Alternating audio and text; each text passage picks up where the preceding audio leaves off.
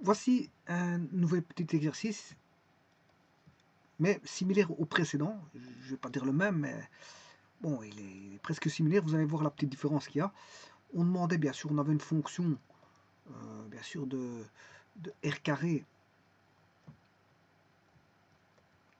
dans R, voilà, qui associait les variables x et s à la fonction f reliée par z est égal à la fonction, c'est ln de 2 exposants x plus 3 exposants s. Alors, je vous rappelle que ceci c'est strictement positif, ceci c'est strictement positif, donc ce qui se trouve à l'intérieur en somme c'est strictement positif, hein. Donc le ln est défini pour tout s et pour tout x. On peut rentrer ce qu'on veut, même des nombres négatifs en x et en s, la fonction elle est définie. Ceci étant dit, on demandait la dérivée partielle successive, donc la dérivée seconde,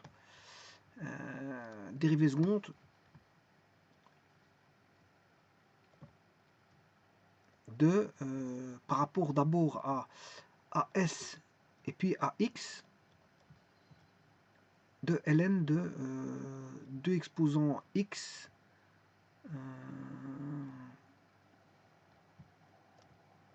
plus 3 exposants s. Bien, cette fois-ci, bon, on avait un certain résultat, vous pouvez aller voir la vidéo précédente, hein. Si je me rappelle, c'était 2 exposants x fois 3 exposants s, ln de 2 fois ln de 3. Le tout, il y avait un moins, hein. Il y avait un moins, voilà, divisé par 2 exposants x plus 2 exposants s, le tout au carré. Bon, celui-ci, ce résultat-ci, je vais le garder. Mais ça, c'était le calcul de... c'était ce calcul-là. C'était ce calcul-là qui donnait ceci. Bon, je vais maintenir le résultat. Simplement, je vais écrire de manière correcte, parce que c'est qu'on ne voit pas bien. Là, on a bien x. Là, on a s. Bon, je vais...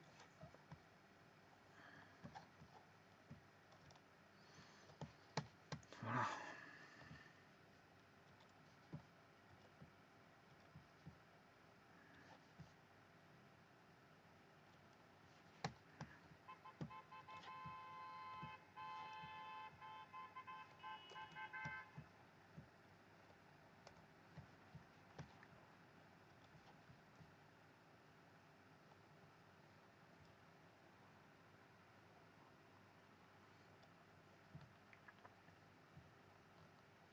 Alors, je vous rappelle que cette surface, elle est continue. Hein.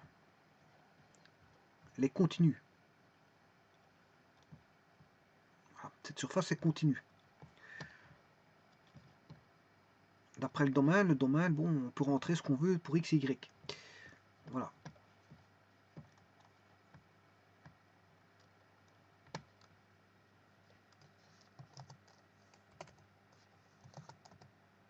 Voilà. Je vais garder le résultat ici de côté.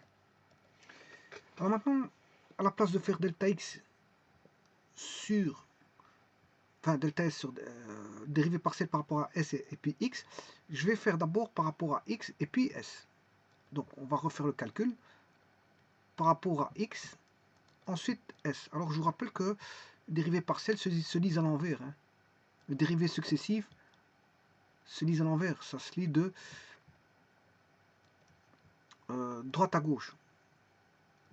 C'est une lecture droite à gauche. C'est d'abord x, on va dériver x et puis s est constant, et puis on dérive s et x étant constant. Bon, alors pour ça, on va le faire en deux étapes. On va d'abord faire par rapport à x, et puis on fera par rapport à s.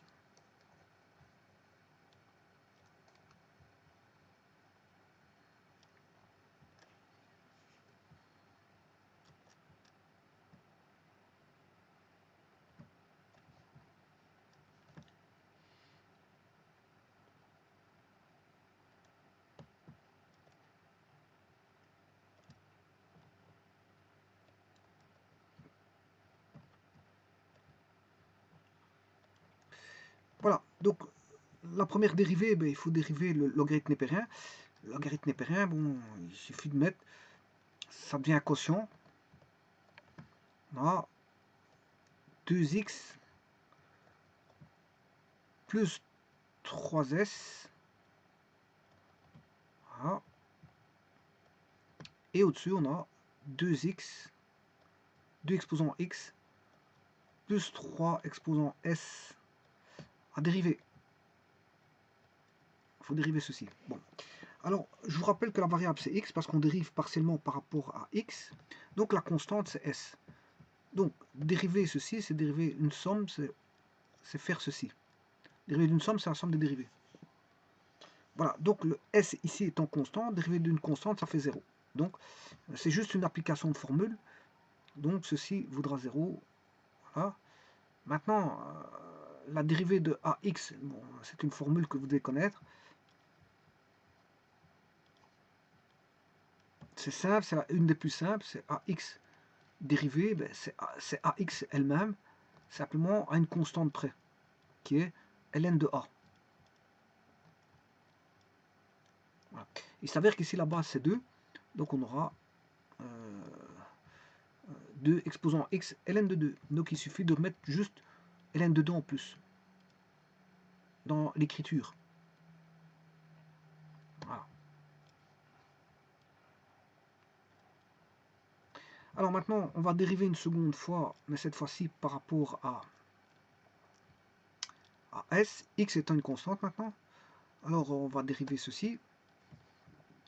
Bien sûr, le résultat précédent, parce que c'est une dérivée successive, ça se succède. Hein. Vous devez prendre le résultat précédent pour calculer de nouveau. Voilà. Et là, si on doit dériver ceci, ben, c'est f sur g. Et ça, vous connaissez très bien. C'est un rapport f sur g dérivé. C'est f' g moins f g' sur le carré du dénominateur. Alors f c'est le numérateur et g c'est le dénominateur. Donc on dérive d'abord le numérateur, on multiplie par le... On dérive d'abord le numérateur qui est f, on multiplie par le dénominateur et on soustrait le numérateur moins la dérivée du dénominateur, le tout sur le carré du dénominateur. Bon, on va s'atteler à écrire ceci.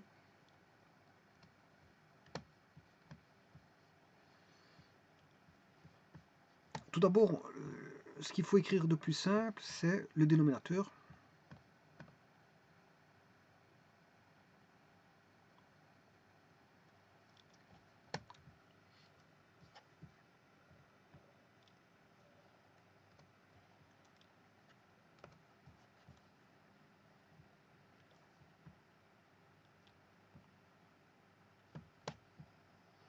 C'est 2x, 2 exposant x, plus 3 exposant s au carré.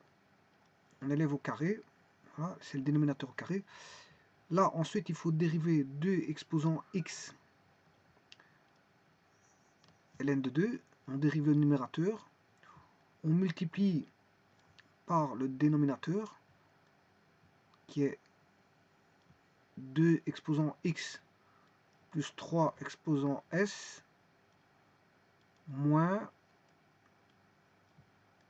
2 exposant x ln de 2,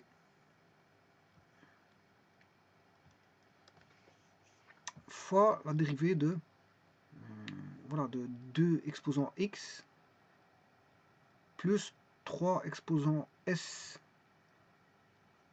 à dériver. Voilà.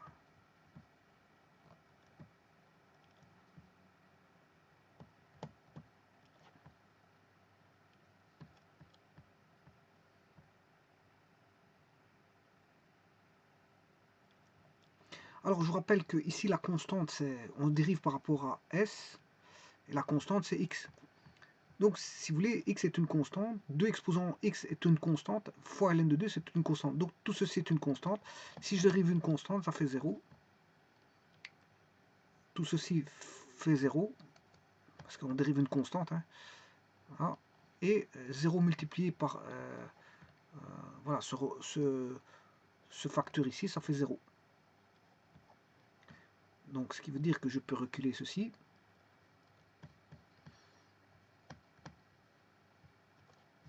et ramener la dérivée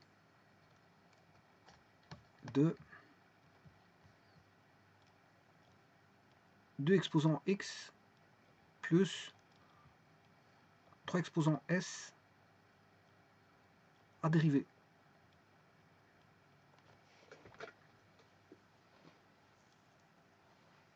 Voilà. Or, ceci, on sait bien que le x étant une constante, c'est la même chose que tout à l'heure. Hein. Tout à l'heure, c'était s qui était une constante. Maintenant, c'est x qui est la constante. Dériver ceci, ça revient à faire la dérivée de 2 exposants x plus la dérivée de 3 exposants s. Voilà. Alors la constante c'est x parce qu'on dérive par rapport à s, je vous le rappelle. Donc ceci fait 0 et il va rester 3 exposants s ln de 3. Voilà. Que j'écris instamment au numérateur. Et vous avez déjà constaté ce qui se passe.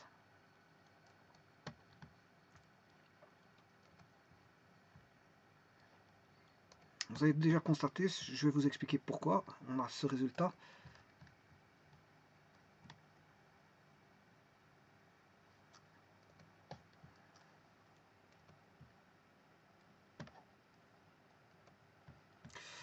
On aura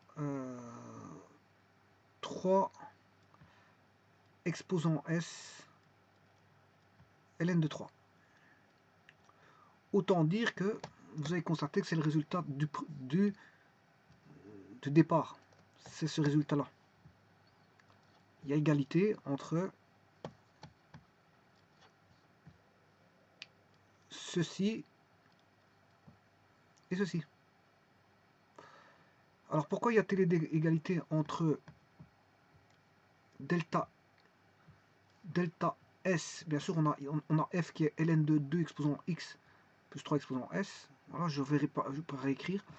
Pourquoi y a-t-il égalité entre ceci et celui-là?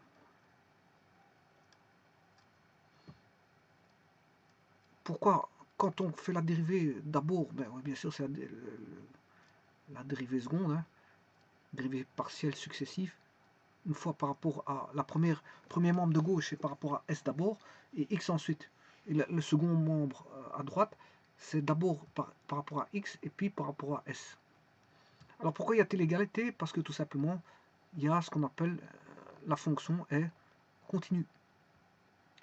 Quand on a la continuité, eh bien il y a ceci qui arrive.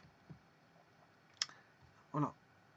Quand on a la continuité, que vous faites par rapport à s d'abord et x après, ou x avant ou s après, ça ne change rien parce que la fonction continue, le résultat sera le même. Voilà, et vous pouvez regarder la vidéo précédente hein, concernant d'ailleurs je vais vous le mettre en lien, comme ça vous aurez indirectement un rapport avec l'autre, si vous voulez aller voir l'autre. Le développement il est sur l'autre vidéo, que je vous mettrai en lien. Voilà, je vous remercie.